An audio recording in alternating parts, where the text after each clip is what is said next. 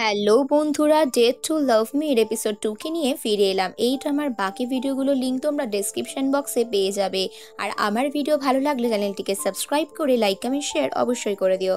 তো চলো শুরু করে নিই। গল্পের শুরুতেই আমরা এখানে দেখতে পাচ্ছি উনবক হংডোকে দেখে মাথা নিচু করে প্রণাম করছে। বলছে তোমাকে দেখে আমার অনেক খুশি হলো। কিন্তু এখানে হংডো অস্বস্তি ফিল করে, কিন্তু বাই বলার সময়ও হুনবক অদ্ভুতভাবে মাথা নিচু করে যেতে থাকে, যেন ওকে কত সম্মান করে। এটা দেখে হংডোর মন ছুঁয়ে যায় যে ওকে আমি হয়তো আর দেখতে পাবো না, এটাই আমাদের শেষ দেখা। ভালো থেকো, আর আমার এই রূপের কথাও মনেই রাখুক সেটাও আমি চাই না। তার পরের দিন সকাল হয়ে যায়। সকালবেলা অ্যালার্মের আওয়াজ পেয়ে ঘুম থেকে উঠে হংডো প্রথমেই ছাদে যায়। ছাদের দরজা খুলেই ও রোদের দিকে হাঁ করে তাকিয়ে থাকে। কিন্তু আজকে ছাদে গিয়ে ও অবাক হয়ে যায়, কারণ উনবক ওর পাশের বাড়িতেই ভাড়া এসেছিল। উনবককে দেখেও ভয় পেয়ে যায়। উনবক ওকে গুড মর্নিং ম্যাডাম, ঘুম হয়েছে বলে জিজ্ঞেস করলে ও ভয় পেয়ে আবারও নিজের রুমে ফেরত চলে যায়। আর তারপরে ভাবে যে আমাকে তো খুব খারাপ আর বাজে দেখতে লাগছে, না জানি উনবক আমাকে কি ভাববে। এটা নিয়ে ওর ভাই হংহাক বলতে থাকে, তুই কি জানিস আমাদের পাশের ঘরে কে ভাড়া এসেছে? তখন হংডো বলে, আমি সব জানি, কিন্তু তুই আমাকে আগে বলিসনি কেন? এটা নিয়ে দুই ভাই বোনের মধ্যে মারামারি খুনসুটি চলতে থাকে। এরপর হংডো উনবককে এড়িয়ে যাওয়ার জন্য লুকিয়ে লুকিয়ে পালাতে যায়, কিন্তু ওখানে পালাতে গিয়ে ওর চোখের সামনেই পড়ে যায়। উনবক কোনোভাবেই বুঝতে পারে না যে ওকে হংডো এভাবে কেন ইগনোর করছে। যখন ওরা কনভিনিয়েন্স স্টোরে যায় সেইখানেও দূর থেকে হংডো উনবককে দেখে নেয়, তাই ওকে ইগনোর করার জন্য লুকিয়ে লুকিয়ে বেড়াতে থাকে। উনবক ওকে প্রথমে খেয়াল করেনি, তারপরে অদ্ভুতভাবে চোরের মতন লুকোচুরি খেলতে খেলতে ও ফিল করে। এমনকি নোংরা ফেলতে গিয়েও উনবককেও দেখলে সেখানেও ডাস্টবিনের বালতির পাশে লুকিয়ে পড়ে। হংডো এটা বুঝতে পারে, কিন্তু এখানে কিছু না বলে চলে যায়। এমনকি লোকের সাথেও ধাক্কা অব্দি লেগে যায়। এই অদ্ভুত বিহেভিয়ার দেখে হংডোর নিজের কাছে নিজেরই লজ্জা লাগে। পরের দিন যখন ও যাচ্ছিল তখন ইচ্ছা করে উনবকই ওকে ইগনোর করে, কারণ বুঝতে পারে হংডোর সামনে এলে ও অস্বস্তি ফিল করছে।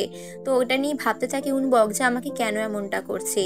তার পরের দিনের সিন দেখতে পাই ও যেখানে ক্লাবে ঢুকতে যায় ওদের হেরিটেজ ড্রেস পরে, কিন্তু ওকে সেদিনও ক্লাবে এন্ট্রি দেওয়া হয় না। ও অনেক রকম কেত মারার চেষ্টা করে, কিন্তু ক্লাবের এন্ট্রি সিকিউরিটি গার্ড ওকে ঢুকতে দেয় না। শুধুমাত্র ওর ঢুকে যায় উনা। উনা বলে যে আমি ঢুকে যাচ্ছি, তুমি নিজের ড্রেসটা পাল্টাবার কথা ভাবো, আমি যথাসাধ্য চেষ্টা করবো ওদেরকে ধরার। এরপর বাইরে দাঁড়িয়ে দাঁড়িয়ে এখানে উনবক অপেক্ষা করতে থাকে। তারপরও চা খেতে খেতে ভাবে যে এই বিষয়টায় কার হেল্প নেওয়া যায়। পরের দিন সকালেও হংডো বেরোনোর সময় লুকিয়ে ছুটে পালিয়ে যায়, যাতে উনবক দেখতে না পায়। উনবক এদিকে ফোন করে ওর ভাই হংহাকের কাছে হেল্প চায়। হংহাকের ওই ক্লাবে যাওয়া আসা ছিল। তারপরে সিনে আমরা এখানে দেখতে পাই যে ডোইয়ং এখানে ওর গার্লফ্রেন্ড হিয়ঙ্গিকে বলছে যে ওদের একটা ইনভিটেশন আছে, একটা পার্টি আছে যার অ্যারেঞ্জমেন্টে লাইন দিতে হবে, সেখানে কাকে লাইন দেওয়াবে। তাই ইচ্ছে করে দুজনে মিলে হিয়ঙ্গি আর ডোইয়ং দুজনেই এখানে হংডোকে পাঠিয়ে দেয়।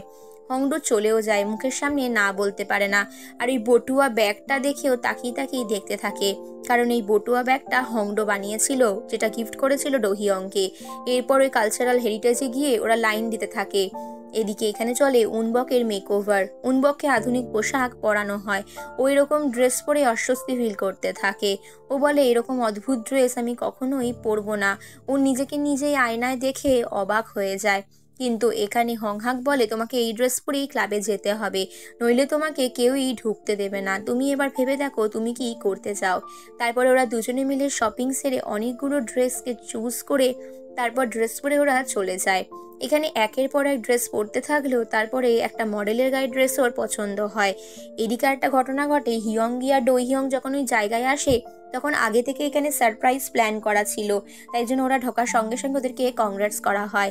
এই বদমাইশা হংডো করেছিল। হংডো এখানে বলে দিয়েছিল যে এদের অনারে পার্টি চলছে, তাই এদের দুজনের ডেটটাকে সকলের পার্টিতে পরিবর্তিত করে দেয়। এই আনন্দে হংডো ওর একজন বান্ধবীর ফোন পায়। ওর বেস্ট ফ্রেন্ড বান্ধবী ওকে ফোন করে বলে যে তুই চলে আয় ক্লাবে, আমি তোর জন্য অপেক্ষা করছি। ওদিকে উনবকরাও ক্লাবে গেছে।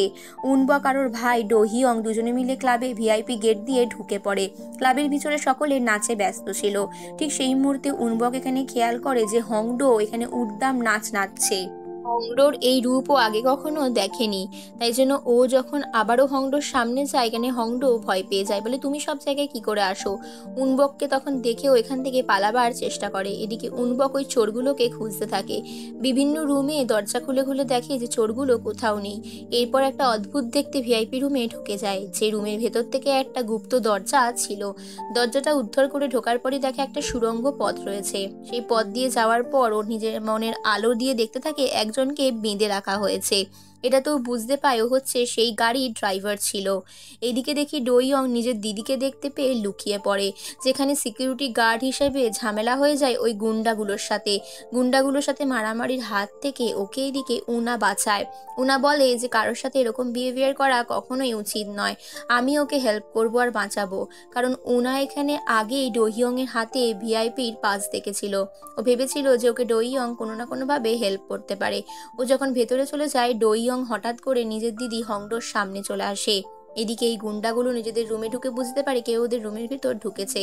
তাই ওরা যখন খুঁজতে খুঁজতে যায়, সেখানে সত্যি সত্যি উনবককে খুঁজে পায়। উনবকের সাথে একটা ফাটাফাটি এখানে ফাইটিং সিন চলতে থাকে, যেখানে এরা স্বাভাবিকভাবেই হেরে যায়। কিন্তু এখানে উনা অর্থাৎ সেক্রেটারি এখানে আঘাতপ্রাপ্ত হয়, আর চোরগুলো সেই সুযোগে পালিয়ে যায়। এরপর পুলিশ আসলে পুলিশকে ওরা সবটা জানে। আর পুলিশ যখন জিজ্ঞেস করে এটাকে, তখন বলে এটা আমার সেক্রেটারি আর খুব ক্লোজ কেউ। তারপর ওরা ওই উদ্ধার করা লোকটিকে নিয়ে ওই জায়গা থেকে স্থান ত্যাগ করে। আর লোকটিকে জিজ্ঞেস করে যে লোকটি অ্যাকচুয়ালি এসব চুরি করার পেছনে রয়েছে, তার মুখকে তুমি দেখেছো? লোকটি বলতে থাকে যে তার মুখ মাস্ক দিয়ে ঢাকা ছিল। আমি যখন প্রথম ছবি তুলতে গেছিলাম জিনিস চুরি করব বলে, তখন আমরা অনেকগুলো জিনিস দেখতে পেয়েছিলাম, আর আমি ওখানে ধরাও পড়ে গেছিলাম, যে কারণে আমায় বেঁধে রাখা হয়েছিল। তবে আমি এই জিনিসটার ছবি তুলেছিলাম, দেখো তো এটাকে চেনো কি না। উনবক সেটার ছবি দেখে বুঝতে পারে এই জিনিসটাও আগে দেখেছে। এদিকে ওই লোকটিকে নিজের বাড়িতে নামিয়ে দেওয়ার পর লোকটিকে আবারও কেউ খুন করার চেষ্টা করে, কিন্তু পারে না। আর লোকটি যখন অজ্ঞান হয়েছিল, লোকটি একটি কথা বলে যে লোকটি এসবের পেছনে রয়েছে তার হাতে পোড়ার দাগ রয়েছে। এদিকে বাড়িতে এসে হংডোর ভাইকে বকাবকি করতে থাকে যে ও মিথ্যে কথা বলে এরকম কাজ কেন করেছে, আর উনবককে নিয়ে যাওয়ারই বা কি দরকার ছিল। তারপর আমরা উনবককে দেখি। উনবক এখানে নিজের বাড়িতে ফিরে এসে ওদের যে দেখভাল করতো তাকে যাওয়ার জন্য অনুরোধ করে। এখানে ওই লোকটিকে রেখে যায়, বলে যে এই লোকটি এখানেই সেফ থাকবে। তারপর উনাকে বলে যে যেভাবেই হোক আমাদেরকে খুঁজে বের করতে হবে। তুমি জানো ওই হাতে পোড়া দাগালা লোকটা কে হতে পারে? এরপরে উনবক ফ্ল্যাশব্যাকের একটা গল্প বলতে থাকে। গ্রামে কোনো এক সময় ভয়ঙ্কর আগুন লেগেছিল, যে আগুনে ওর প্রিয়জন কাউকে হারিয়েছিল। সেটাকে পরিষ্কার দেখানো হয় না, তার হাতেই পোড়ার রকম দাগ ছিল। তাই জন্য উনবকের সন্দেহ হয় যে লোকটির কথা এই সাসপিসিয়াস লোকটা বলছে সেটা একই মানুষ কিনা। এরপরে গ্রামের চিফদের সাথে একটা মিটিং চলতে থাকে। ওনারা বলতে থাকে যে আচ্ছা, এখানে উনবক তো আপনার নিজের নাতি নয় নাকি? তখন এখানে গ্রামের চিফ বলে যে হ্যাঁ, আমার আরও একজনকেও ক্লোজ আছে। তারপরে সিনে আমরা জুনোকে দেখি। জুনো এই গ্রামে নিজের গাড়ি নিয়ে সে মালপত্র নিয়ে যায় শহরে বিক্রি করার জন্য। এখানে এখনও পুরনো দিনের ধ্যান ধারণা সবটাই মেনে চলা হয়। হঠাৎ করে জুনো গাড়ি থামানোর জন্য একজন মহিলা ভয় পেয়ে যায়। এরপর পুরনো একটা কথা বলে জুনোকে অনেক ইনসাল্ট করে, যে ছেলেবেলায় তুমি এরকম অন্যায় করে পালিয়ে গেছিলে, শুধুমাত্র তোমার মায়ের জন্য আবারও তোমায় ঢুকতে দিয়েছি, কিন্তু এবার আর নয়, তাই তুমি সমঝে যাও। এরপর জুনো বলে এই বুড়ো লোকটা এখনো একটুও বদলায়নি। এর পরের সিনে আমরা দেখতে পাই হংডোর এক্স বয়ফ্রেন্ড ডোইয়ং ওর সাথে হাঁটু গেড়ে ক্ষমা চাইছে, বলছে তোমার কাছে একটা ফেভার চাই, তুমি কি সেটা করবে? তুমি অফিস ছেড়ে চলে যাও, কারণ আমার অস্বস্তি ফিল করছে। আর ওর হাতটা চেপে ধরে। হংডো বলে আমার হাত ছেড়ে দাও, তোমার অস্বস্তি লাগছে তুমি ছেড়ে দাও। ঠিক সেই স্থানে উনবক চলে আসে হংডোকে বাঁচানোর জন্য। তখন ডংহো বলে যে এই ছেলেটাকে, কিন্তু ও এখানে উনবকের সাথে মারামারি করতে যায় আর উল্টে নিজেই মার খেয়ে যায়। তারপর হংডো মানা করে এসব ঝামেলায় না পড়ার জন্য। আর তারপর হংডো বলে তোমার আমাকে উপকার করতে হবে না, তুমি নিজের বাড়ি যাও। এটা শুনে উনবক বলে যে তুমি কি আমাকে এতটাই ভয় পাও বা ঘৃণা করো? এটা শুনে হংডো বলে সেরকম কিছু নয়, আমি অস্বস্তি ফিল করি সেদিনের এই ঘটনার জন্য। তারপর নিজের বাড়িতে গিয়ে ওর নিজেরও মন খারাপ লাগে। এদিকে উনবকও বুঝতে পারে না যে কেন এরকম করছে, কারণ ওর টিচার এখানে খুবই ভালো একজন মানুষ ছিল। তাহলেও ভাবে তাহলে কি সত্যি এই অস্বস্তি কারণে, মানে আমি এমন কিছু করেছি যার জন্য ওনার অস্বস্তি লাগছে, বা ওনার আমার সামনাসামনি আসতেই যেন প্রবলেম হচ্ছে। তাহলে এক্স্যাক্টলি ওনার প্রবলেমটা কি, আমি ওনার সামনে এলেই লুকিয়ে যাই। এসব ভেবে উনবক 7 পা চিন্তা করতে থাকে। এদিকে হংডো ভাবে যে আমি এই কথাটা কিভাবে বলবো যে আমার ওই সেদিনের রূপের জন্য বাজে লাগছিল। তাই উনবক ক্ষমা চাওয়ার জন্য দরজার সামনে বসে থাকে। হংডো দরজা খুলে ভয় পেয়ে ওকে জিজ্ঞেস করে, তুমি কেন এমন করছো? উনবক বলে, আমি তোমার কাছে ক্ষমা চাইতে এসেছি। হংডো বলে, এরকম কিছু করার দরকার নেই, তুমি একটু বেশি বাড়াবাড়ি করছো। আমি তোমায় আদেশ দিচ্ছি, তুমি উঠে পড়ো। এইভাবে মাথা নিচু করে বসে থাকার কোনো মানেই হয় না। এটা শোনার পর উনবক ওর দিকে হাঁ করে তাকিয়ে থাকে। হংডো বলে, হ্যাঁ আমি ঠিকই বলছি কথাটা। আর সেদিন আমি অনেক বাজেভাবে মেকআপটা নষ্ট করে ফেলেছিলাম, তাই জন্য তোমার সামনে আমি যেতে লজ্জা পাই, এটাই আসল কারণ। কিন্তু উনবকর মনে সাহস জোগায়, বলে, তুমি যেরকম সেরকমই সুন্দর, তুমিই আমাকে কনফিডেন্স দিয়ে জীবনে বাঁচতে শিখিয়েছো, তাই এবার আমি তোমায় হেল্প করব। এটা শোনার পর হংডো অনেক অনেক খুশি হয়ে যায়। উনবক বলে, কিছু ভেবো না, আমি তো সঙ্গে রয়েছি, আমি তোমায় সবসময় হেল্প করব। আর এবার থেকে তুমি আমাকে কথা দাও, তুমি আমাকে আর ইগনোর করবে না। এরপর দুজনে মিলে রেস্টুরেন্টে খেতে যায়। অদ্ভুতভাবে দেখানো হয় হংডো আর উনবক দুজনে পিছোপিছি হয়ে বসেছে। এটাতে দেখে হংডো বলছে, তোমার সাথে ঘাড় ঘুরিয়ে ঘুরিয়ে কথা বলতে আমার ঘাড়ে লাগছে, অ্যাটলিস্ট সামনে এসে বসো। এ আবার কিরকম, তোমার গ্রামের কালচার তো ভারী অদ্ভুত। তো সামনে এসে বসে উনবক, কিন্তু সেটা ওর টেবিলে নয়, পাশের টেবিলে গিয়ে বসে। এটা দেখে হংডো বলে, সত্যি বাবা তুমি পারো বটে।